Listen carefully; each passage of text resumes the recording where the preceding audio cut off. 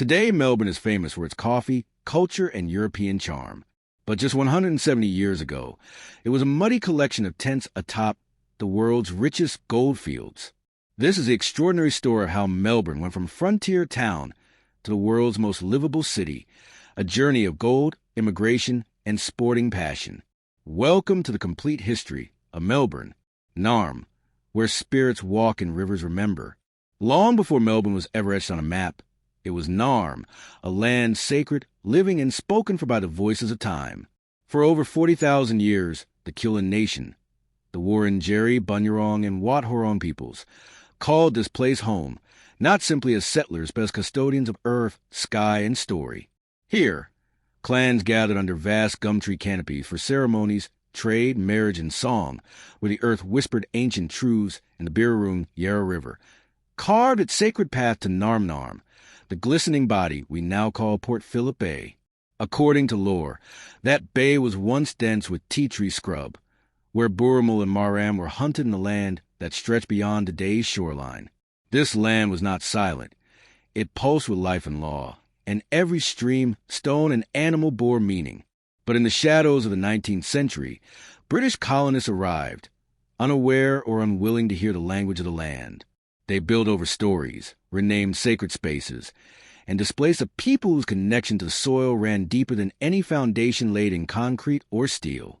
Today, as the city pulses with modern life, the name Narm returns, not as a relic, but a reminder that beneath the streets of Melbourne flows a far older tale, where spirits still walk and rivers still remember.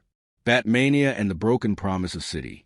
In the shadowy dance between ambition and amnesia, Melbourne was born not in harmony, but in haste and heartbreak.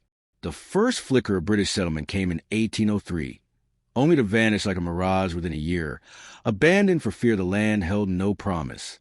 But in 1835, a new generation of settlers returned, led by John Batman, who claimed to strike a treaty with Wurundjeri elders, a gesture more reflective of ceremonial tanderum than any true consent. The language of ownership was foreign to the custodians of Narm, whose traditions knew no such thing as a sale of sacred land. Still, Batman declared, this will be the place for a village, and from that vision rose a city built on contested ground. Briefly and brazenly called Batmania, the settlement was renamed Melbourne in 1837 after a distant British lord, severing the place from its indigenous soul. As white settlers surged, the Wurundjeri and other clans were violently dispossessed, pushed to the margins by decrees and raids like Lettham's brutal roundup.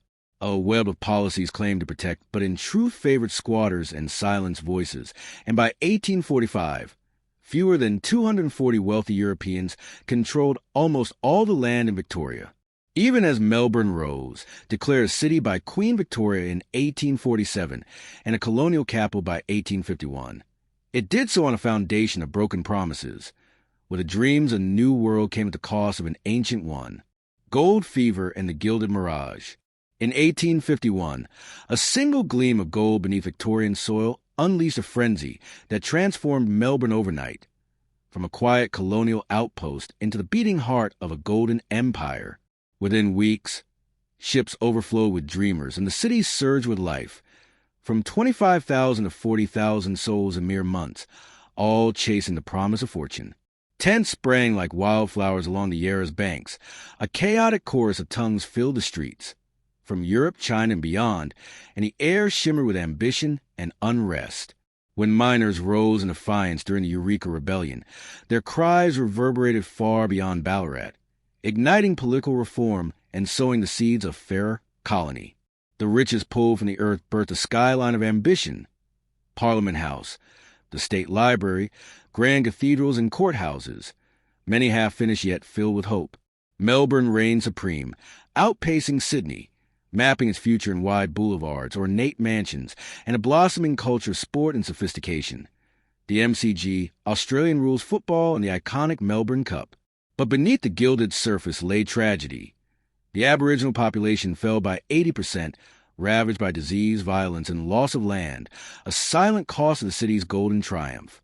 Melbourne, rich and radiant, stood proud as a beacon of opportunity, even as shadows stretched long behind the sparkle. Marvelous Melbourne, a city of gold and grit. In the feverish 1880s, Melbourne wasn't just growing, it was soaring, a shimmering city born of ambition and boundless belief. Fueled by confidence, cheap credit, and skyrocketing land prices, Melbourne became the crown jewel of the Southern Hemisphere, richer than dreams, rivaled only by London and the vast British Empire. From the grand halls of the Melbourne International Exhibition to the clatter of cable trams weaving through wide boulevards, the city pulsed with energy. It earned the name Marvelous Melbourne. As skyscrapers rose with hydraulic lifts, electric lights blazed in markets, and opulent hotels and coffee palaces crowned every corner. But what glittered like gold soon revealed its fragility. By 1888, the boom hit its limit. Land prices collapsed, banks crumbled, and a flood of bankruptcies drowned the once unshakable optimism. A deafening silence replaced the city's hammer and hustle as construction halted, and dreams dissolved in a haze of a deep depression. From the heights of splendor to the depths of despair, Melbourne's land boom became a cautionary epic, a story of how greatness can rise and fall on foundations no stronger than belief itself. From federation to reinvention, Melbourne's 20th century metamorphosis.